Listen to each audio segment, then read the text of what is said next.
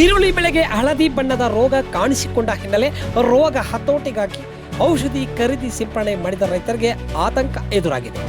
ಹೌದು ಪ್ರಿಯ ವೀಕ್ಷಕರೇ, ಚಳ್ಳಕೆರೆ ತಾಲೂಕಿನ ಸೋಮಗುದ್ದು ಹಾಗೂ ದುಗ್ಗವರ ಸೇರಿದಂತೆ 9 ಗ್ರಾಮದ ಈರುಳ್ಳಿ ಬೆಳೆಗಾರರು ನಗರದ ಬೆಂಗಳೂರು ರಸ್ತೆಯಲ್ಲಿರುವ ಗೊಬ್ಬರದ ಅಂಗಡಿಯೊಂದರಲ್ಲಿ ಈರುಳ್ಳಿ ಬೆಳೆಯ ರೋಗ ಹತೋಟಿಗೆ ಔಷಧಿ ಖರೀದಿ ಸಿಂಪಡಣೆ ಮಾಡಿದ್ದಾರೆ.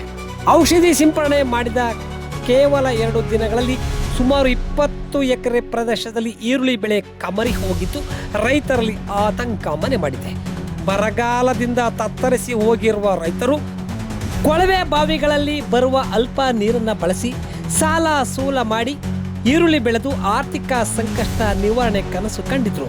ಆದರೆ ರೈತರಿಗೆ ಔಷಧಿ ಸಿಂಪರಣೆಯಿಂದ ರೋಗ ನಾಶವಾಗಿರುವುದು ರೈತರಿಗೆ ಸಿಡಿಲು ಬಡಿದಂತಾಗಿದೆ.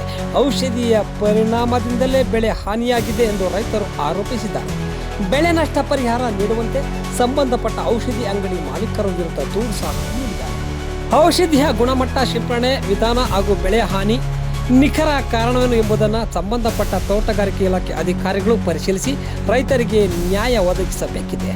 ಬೆಳೆ ನಾಶದಿಂದಾಗಿ ಕೈಗೆ ಬಂದ ತುತ್ತು ಬಾಯಿಗೆ ಸಿಗಲಿಲ್ಲ ಎನ್ನುವಂತಾಗಿದೆ.